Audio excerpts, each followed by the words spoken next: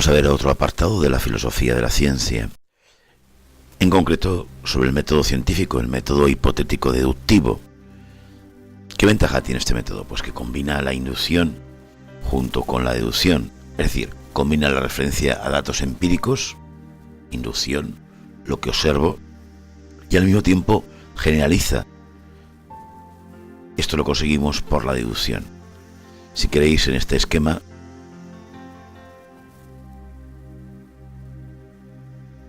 los hechos adquiridos por medio de la observación y la inducción generan leyes o teorías. Con eso aplicamos la deducción en predecir y explicar los acontecimientos. Vamos a ver cuál es el método.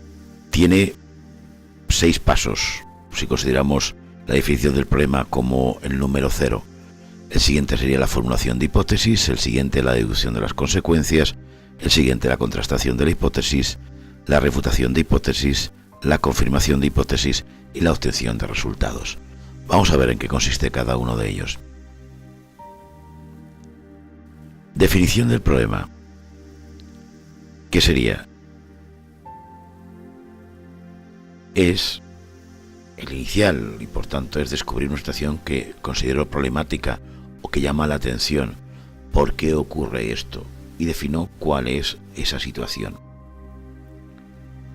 La segunda parte, o la siguiente, sería formular la hipótesis. ¿En qué consistiría formular la hipótesis? Es proponer una explicación coherente y que tenga que ver con la actitud científica, es decir, que sea rigurosa, neutral, contrastable, es decir, que se pueda comprobar, que no sea algo que se me ocurre así porque sí. Siguiente paso. La deducción de las consecuencias, es decir, utilizando el método deductivo sería extraer cuáles son las consecuencias que tendría esa hipótesis si fuese verdadera, qué es lo que ocurriría en la realidad si esto fuese así. Tercer paso, contrastación de la hipótesis. ¿En qué consiste? Consiste en comprobar si se cumplen o no las consecuencias que estaban previstas. Para eso es necesario observar la realidad, experimentar, y tiene que ser un número suficiente de casos. No vale con un solo caso, con 3, los que creamos que hace que esa deducción, que esa contrastación sea válida. Refutación de la hipótesis, ¿en qué consiste? Pues precisamente en lo contrario, es cuando no se cumplen las consecuencias. Por tanto, se rechaza la hipótesis y se vuelve a empezar formulando una nueva hipótesis. Si la hipótesis ha sido contrastada y por tanto se considera que es válida, vendría la confirmación de la hipótesis, que consiste en que se cumplen las consecuencias y la hipótesis queda confirmada. Y el último paso, que sería lo que llaman la obtención de resultados, que puede consistir o bien que se formula nueva teoría o bien se confirma una anterior ya propuesta.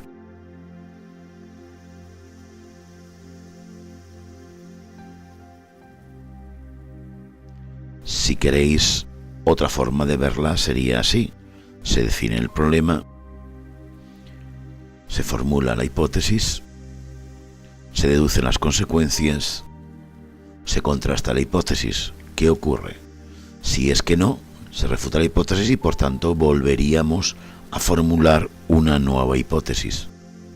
Si es que sí, se confirma la hipótesis y se obtienen los resultados. La situación problemática es la definición del problema.